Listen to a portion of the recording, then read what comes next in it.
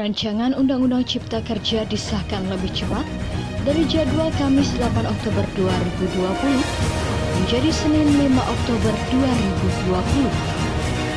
Undang-undang Omnibus Law tersebut disetujui oleh sebagian besar fraksi di Kompleks DPR RI Senayan. Buruh dan pekerja kecewa dengan sikap mayoritas DPR RI yang sepakat dengan pengesahan Omnibus Law RUU Cipta Kerja. Upaya terakhir kaum buruh untuk mencegah agar Omnibus Law RUU Cipta Kerja ini tidak disahkan melalui aksi nasional secara serentak di seluruh kabupaten kota se-Indonesia 6-8 Oktober 2020.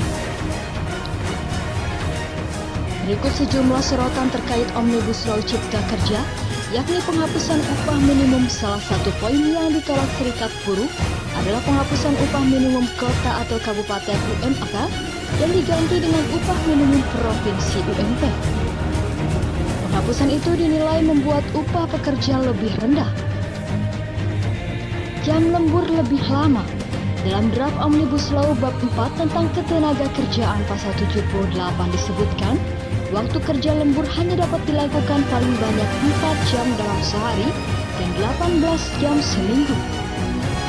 Ketentuan jam lembur itu lebih lama dibandingkan dalam Undang-Undang Nomor 13 Tahun 2003 yang menyebutkan kerja lembur dalam satu hari maksimal 3 jam dan 14 jam dalam satu minggu.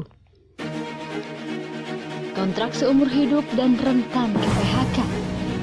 Dalam RUU Cipta Kerja, salah satu poin pasal 61 mengatur perjanjian kerja berakhir pada saat pekerjaan selesai. Sementara, pasal 61A menambahkan ketentuan kewajiban bagi pengusaha untuk memberikan kompensasi kepada pekerja yang hubungan kerjanya berakhir. Dengan aturan ini, RUU Cipta Kerja dinilai merugikan pekerja karena ketimpangan relasi kuasa dalam pembuatan kesepakatan. Pemotongan waktu istirahat pada pasal 79 ayat 2 poin B dikatakan waktu istirahat mingguan adalah 1 hari untuk 6 hari kerja dalam 1 minggu. Selain itu, dalam ayat 5, RUU ini juga menghapus cuti panjang 2 bulan per 6 tahun. Cuti panjang disebut akan diatur dalam perjanjian kerja, peraturan perusahaan, atau perjanjian kerja bersama. Hal tersebut jauh berbeda dari Undang-Undang Ketenagakerjaan sebelumnya yang menjelaskan secara detail soal cuti atau istirahat panjang bagi pekerja yang telah bekerja selama 6 tahun di perusahaan yang sama.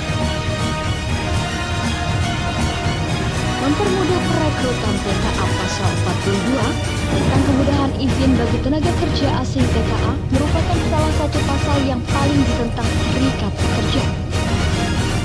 Pasal tersebut akan mengamandemen pasal 42 Undang-Undang Ketenagakerjaan tahun 2003 yang mewajibkan TKA mendapat izin tertulis dari menteri atau pejabat yang ditunjuk.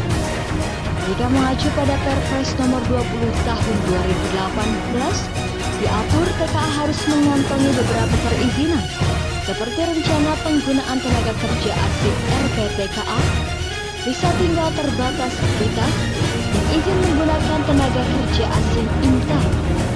Pengesahan RUU Omnibus Law akan mempermudah perizinan TKA karena perusahaan yang menjadi sponsor TKA hanya perlu membutuhkan RPTKA saja.